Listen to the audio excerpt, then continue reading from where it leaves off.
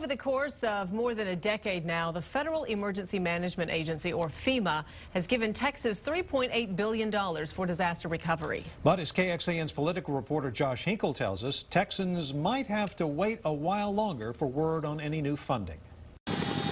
After response, just the sound of the trees is blowing up, comes recovery. They wouldn't let us in for the sake of our safety. And there's a lot of that still up in the air. That means that we will go and survey the damage. FEMA's on the ground now as the Central Texas wildfires wind down. As firefighters finish up and people return to what's left of their homes, crews will count up the cost. Typically in a vehicle or on foot to look at the homes and the destruction. So far this year, President Barack Obama's administration approved 52 fire management assistance grants for Texas through FEMA, money that helps fire departments recoup some of their costs. But Obama's would-be presidential opponent, Governor Rick Perry, is holding out for something bigger, something he requested before but didn't fully receive. I full well expect the federal government to come in to do their part. It's called a major disaster declaration, long-term money, manpower, and equipment from the federal government. Obama hasn't approved it yet, and FEMA says first, it needs to work with the state to determine how much Texas needs. Maybe it's time to have some provocative language in this country. That system worked its way into the GOP presidential debate last night, Perry's first as a candidate. Governor Perry is just back from the wildfires. How FEMA's handled. Well, what happened before 1979? We didn't have FEMA. And whether it's helping states in the best way possible. Don't